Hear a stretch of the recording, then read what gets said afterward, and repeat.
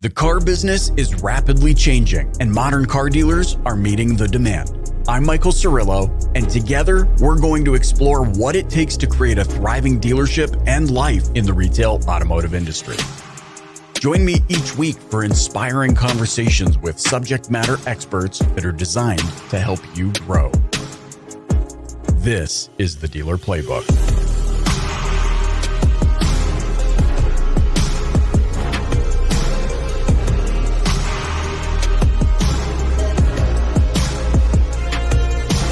Aside from having one of the coolest sounding names I've heard in a while, Durran Cage is a 19-year veteran of the car business.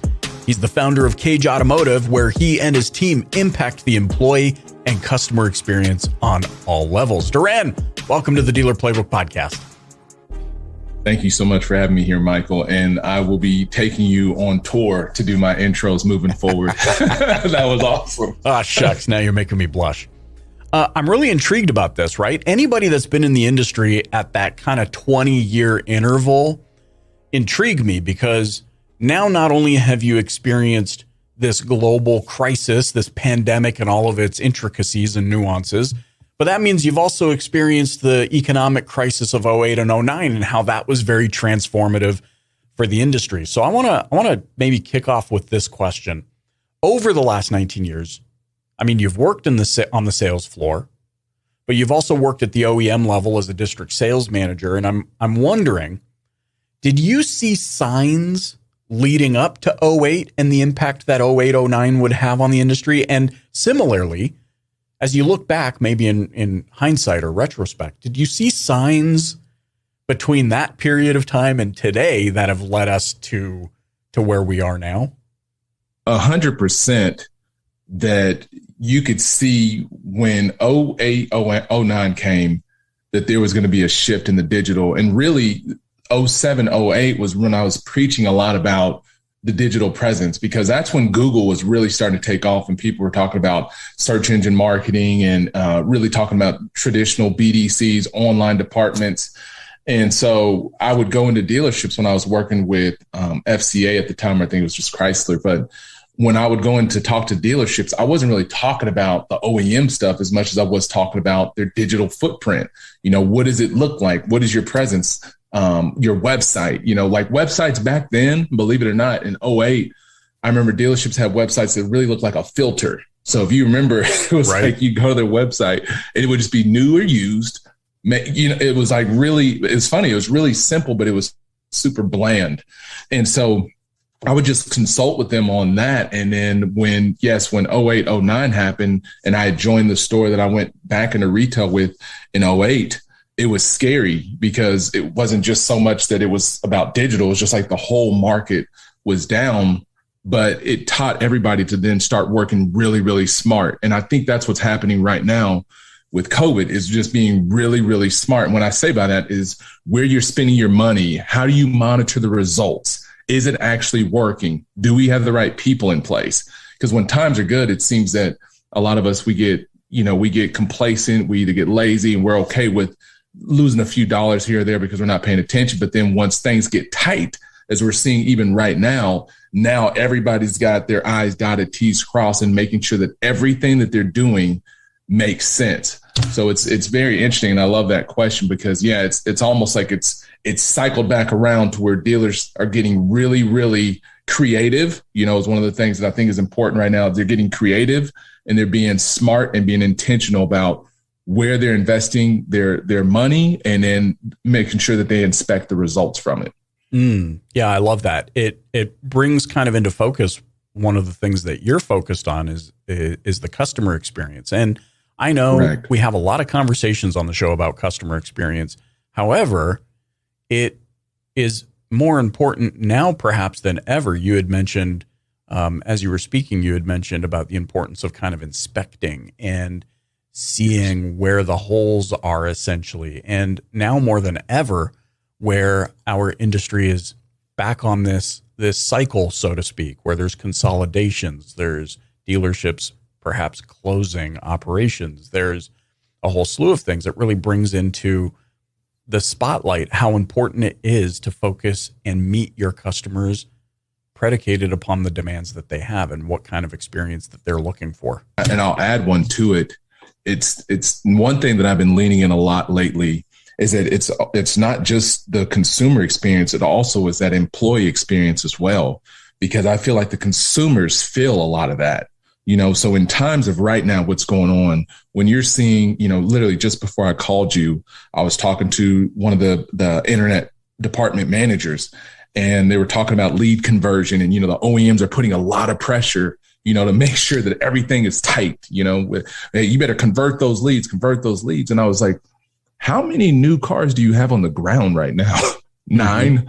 So we're talking about lead conversion where they're purchasing a bunch of, and so I talk about that because it can become frustrating right now as an employee to make sure that your employees that they're fired up and ready to deliver on that customer experience that we want to give. So a lot of times we focus so much on this customer experience and how important that is.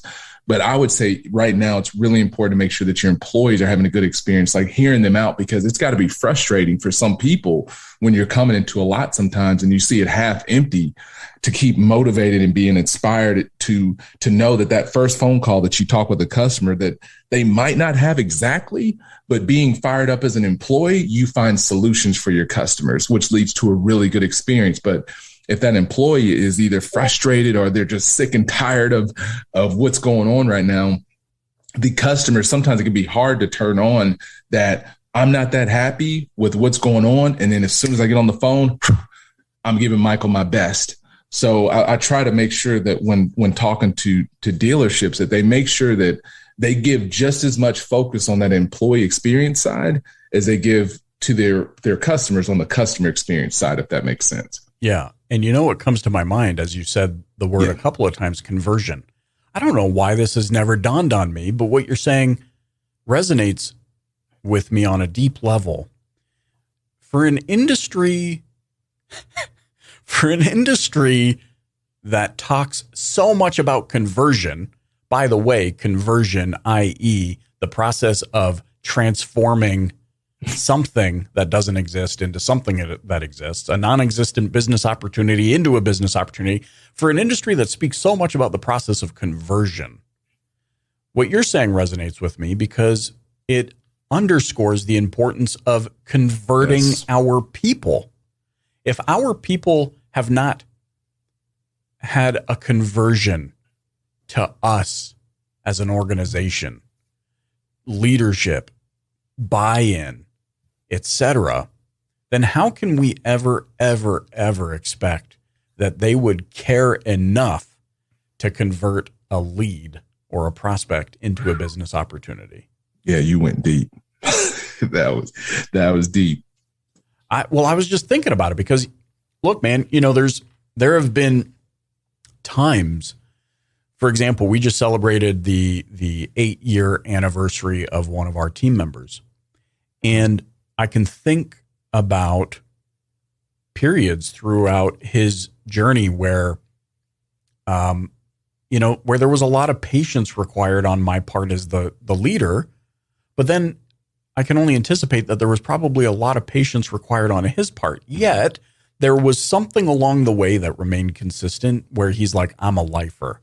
And I haven't just heard that from one or two of my team members. I've heard that pretty much from the lot of them, that they've experienced something working in my company that they haven't experienced working elsewhere. And I don't bring that up to toot my horn. Outside of what you're saying resonates with me because it hasn't really dawned on me to the level of at which you've kind of triggered these thoughts in me, in that these people are converted. There is a transformation that has happened. And I can only imagine, as you're encouraging dealers, what would happen? What would they experience? What kind of culture would they have? And then what kind of experience would they be able to then convey to their community if they were more focused on people conversion over lead conversion? Well, I mean, you're spot on. Think about it this. I mean, you could talk. I mean, we can even think of our own friends, right? And family members. We know that they work for a company where they either have been converted or they're just an employee.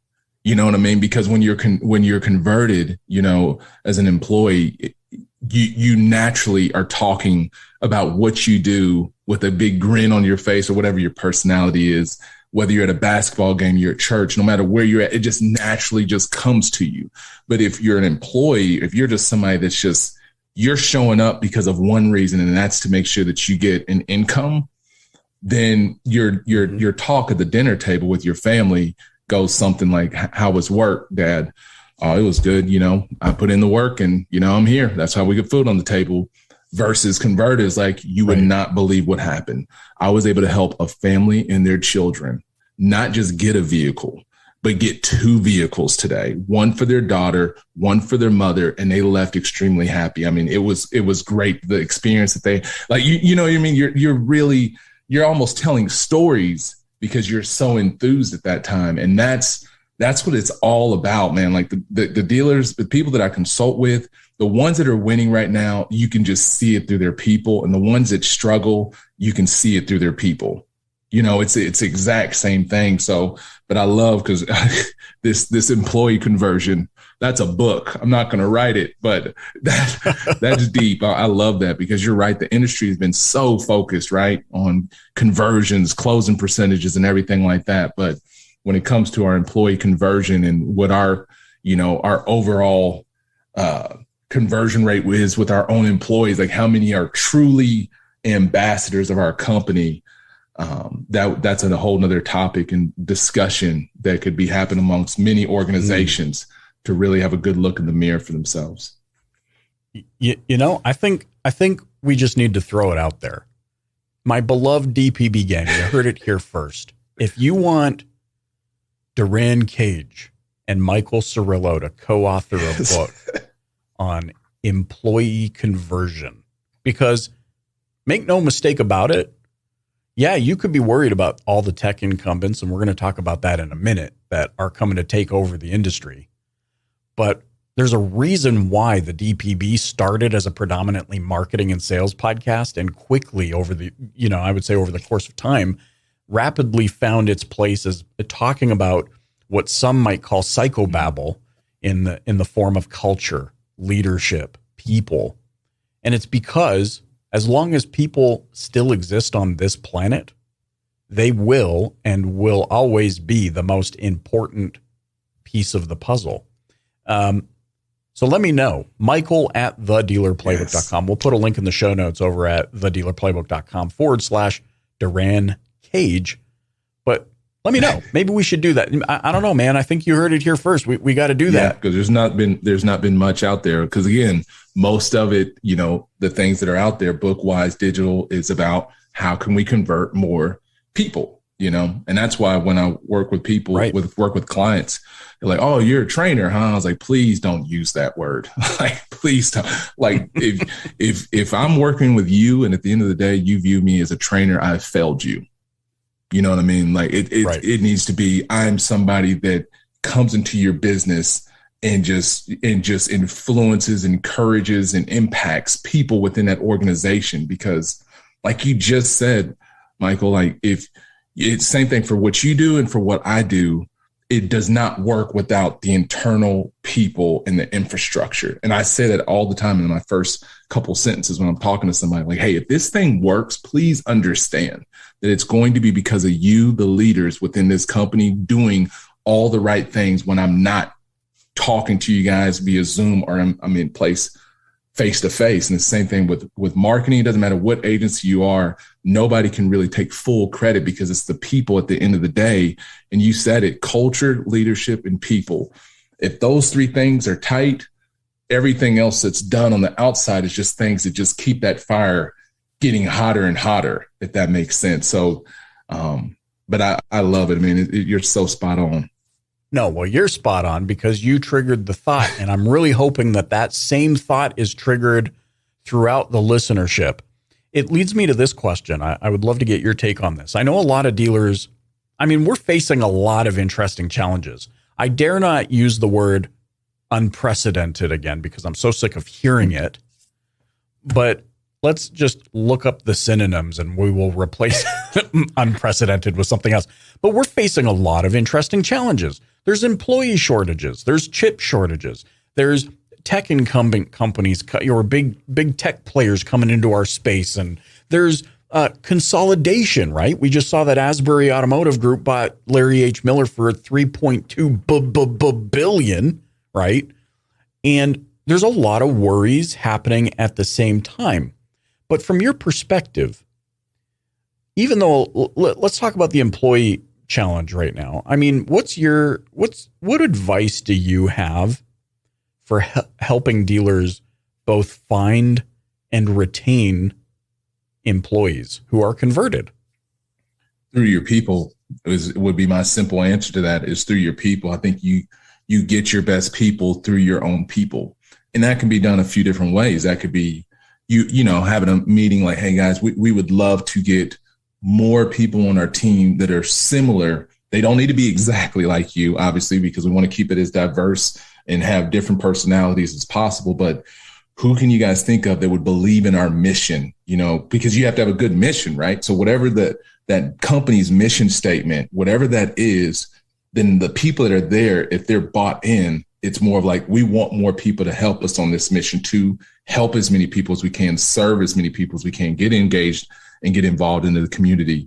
And then other ways could be through, you know, if they are shy or they're not big into, you know, going out there to do that, you could do it through employee testimonials, because I think we live in a really review driven world, right? Where a lot of people, before we even buy anything on Amazon or something, we're looking at what's this rating, what's the review. So when people hear other people talking about what it's like to work for your organization, and it's authentic and it's true, it's not something that's scripted. I'm talking about, this is something, turn the lights on, turn the camera on. Why do you work here? And what gets you up every day to come into this place? And telling that story is what I feel attracts a lot of people. And I tell dealerships too, you know, if the experience that you gave your customers was so great, you should be able to recruit through them as well. Like, I've seen some of the best employees that work at dealerships are the ones that bought a car and had a phenomenal experience and left a good job that they had to come and do the same thing at the dealership that they just went through an experience. And like, I enjoyed purchasing so much that I want to help other people and give them the same level of experience. So that's what I would say towards that, is just go through your people to get better people is the easiest way, rather than spending a ton of money trying to market to gather other people. It's no different than regular advertising spend, right? If you pour money through your own people to get more people, you'll get better people. If you spend a bunch just trying to attract a bunch of new business, typically you're going to go through some struggles there, because you're trying to get that trust factor accomplished first, versus a lot of your trust will be either 50% or 75% will be there because it's coming through good people. Mm-hmm. That's really interesting. I love the way that you framed that. It's working your power base, right? Like, these people already work here, and if they're already having a good experience, then they will be more likely to recommend you as a place of work to their network, and on it goes. And guess what? Oh, so miraculously happened without social media and all of the other tools that you think you absolutely 100% unequivocally need in order to be successful these days. It's tremendous how much business actually happens offline. Yes, and I would, and the other little carrot I throw out there is, because one thing that I see is missing at most dealerships is that you need to have a really, really thorough employee onboarding. You know, so I love asking this question: hey, what does your employee onboarding look like? So if you hired me today, walk me through the process. And it's like this glaze comes over the dealer's face, because now they'll have stuff written down like a playbook or something, but it's not like, who's doing that? There's not like there's not a person that's like, I'm your concierge to make sure that you have a thorough experience onboarding and you can ask me for any questions. Like, most dealerships don't have that, but I would say make sure that they have a really good employee onboarding program, because I think that first 2 weeks to 3 weeks is important. Because if somebody's having a really good experience joining your team, like they can't wait to get out there and serve at the store, then they're going to attract a bunch more people too. Because they're like, dude, Michael, you won't believe I've been here for a week and I've done this, I've learned this, I've done this. And then the other thing is having a career path laid out. So a lot of companies, I don't see, dealerships, I should say, but they don't have like this career path. Like, what is it that you want to do? Like, what's your skill set? So what if somebody really wants to get into leadership? What if somebody's more hands-on and maybe should get into the service department in the future? But I think having that clear path and make sure that there's clarity in that would be another thing that's just like, it's going to keep people coming after your organization, because they actually see that there's a journey and that they're not in a place that they're just going to be selling cars for the next 20 or 30 years, that there's actually a way that you can grow within the organization. Love it. This brings to my mind a follow-up question. I would love your take. Does this mean that, I guess this is a two-parter.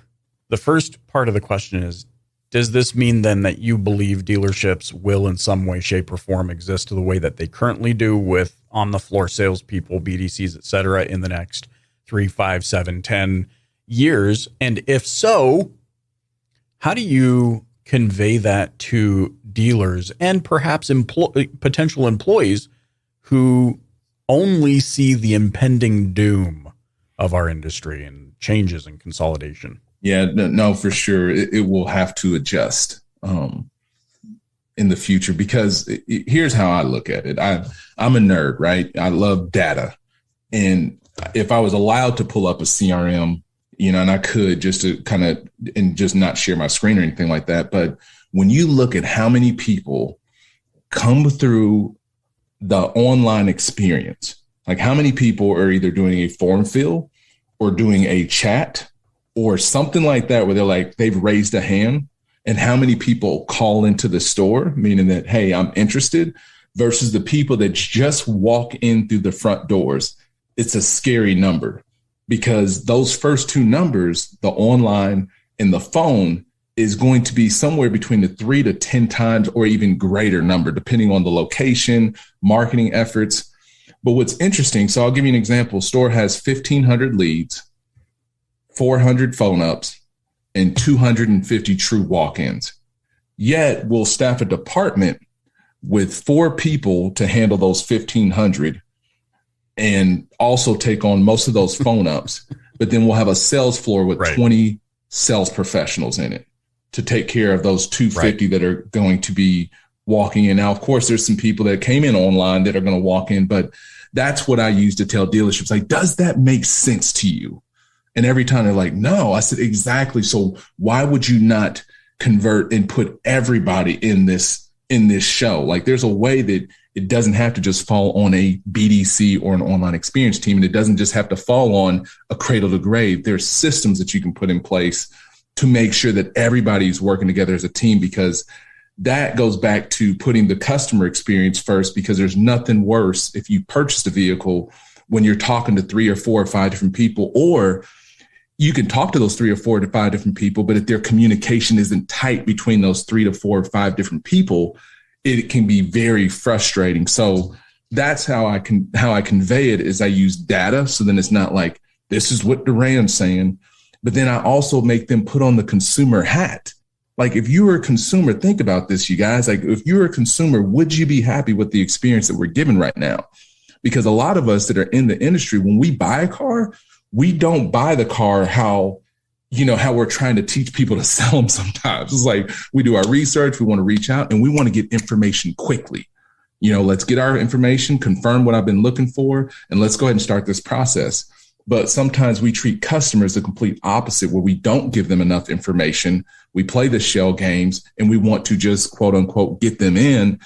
And that doesn't even match how we in the dealership world, if we are working at a dealership or those that are in the industry, we would not buy a car just showing up. Not everybody. I know there's exceptions. There's people like, oh, I'm going to walk in and look around. But the most of us, because of time, are going to be very particular with how we're going to move forward throughout that process.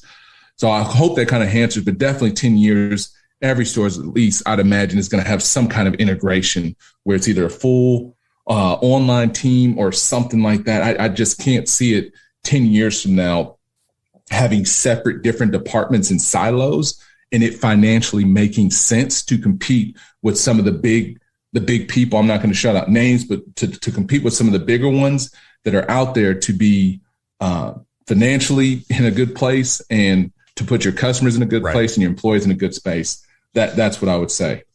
I've got one final question for you on the back of this this answer that you've just given, because I think it's tremendous. I can only anticipate that those within the sound of your voice are now thinking about promoting their top salesperson as a BDC director. But in my opinion, I think there's probably a special set of skills required. You can't just say, oh, no experience as a BDC director, let's make them a BDC director. Curious on your take and perhaps maybe the top actions that you could recommend a dealer take today to properly find, vet, and hire someone to start with this transformation. Ooh, man. Well, I can, what I would say is you have to look for their skill set and what they enjoy doing. So I'll put it this way.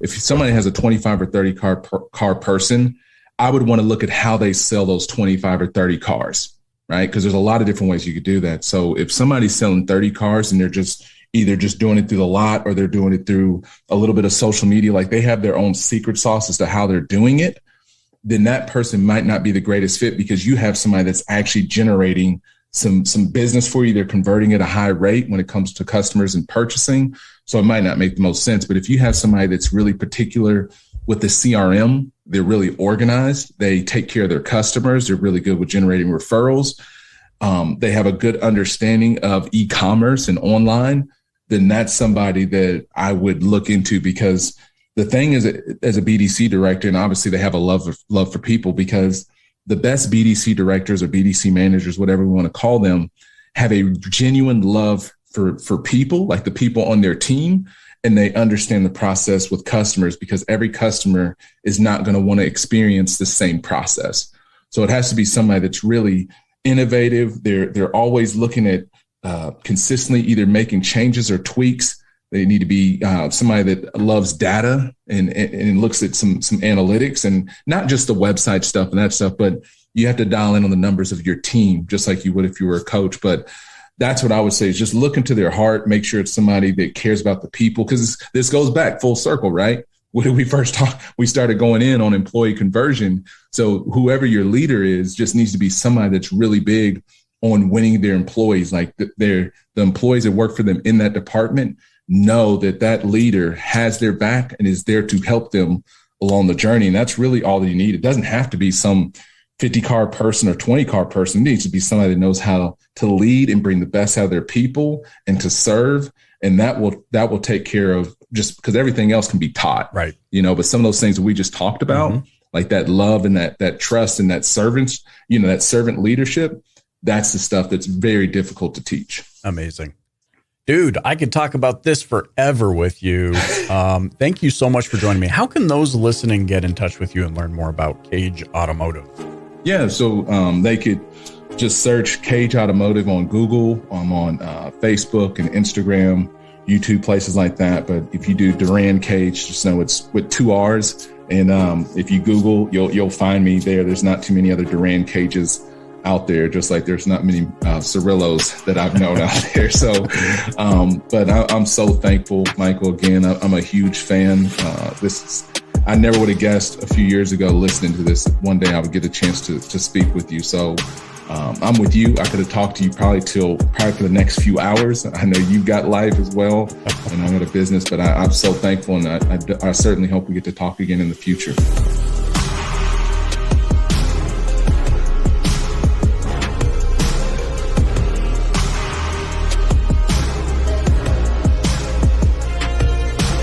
I'm Michael Cirillo, and you've been listening to the Dealer Playbook Podcast. If you haven't yet, please click the subscribe button wherever you're listening right now. Leave a rating or review and share it with a colleague. Thanks for listening.